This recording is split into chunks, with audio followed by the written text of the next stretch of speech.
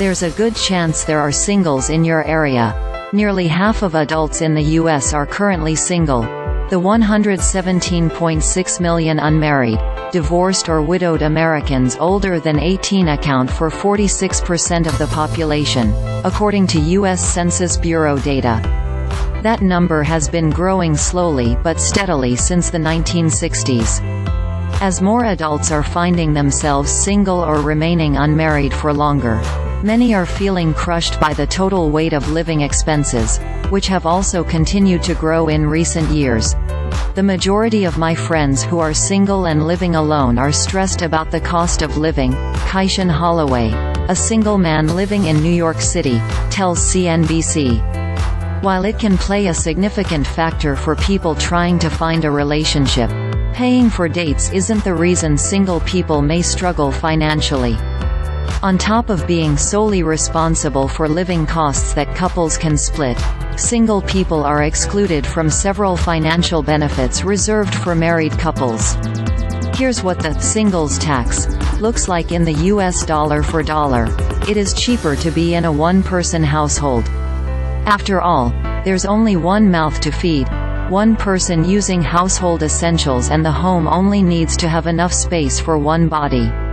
But when you add it all up, maintaining a single-person household doesn't cost exactly half of a two-person household. That's why it's called the singles tax. It costs more to be on your own than it would for you to share costs with a partner.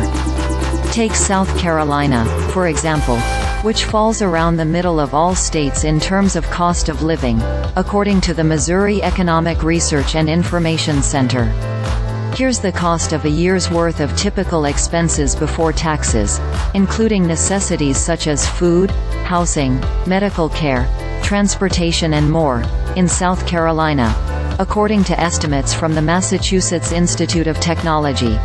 The two-person household could split costs down the middle and each contribute about $23,742 per year, whereas someone living on their own would need to cover that much plus an additional $6,138. The biggest factor is housing.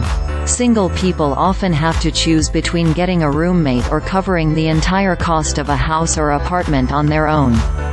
In expensive cities such as New York, renting a studio apartment costs an average of $3,550 a month, according to Zumper data from October 2023. That means someone living alone would pay $42,600 a year in rent, whereas a couple splitting the same rent down the middle would pay just $21,300 each. Even if individuals earn a high income and keep their living costs low, financial advantages for married couples are written right into the laws of the land.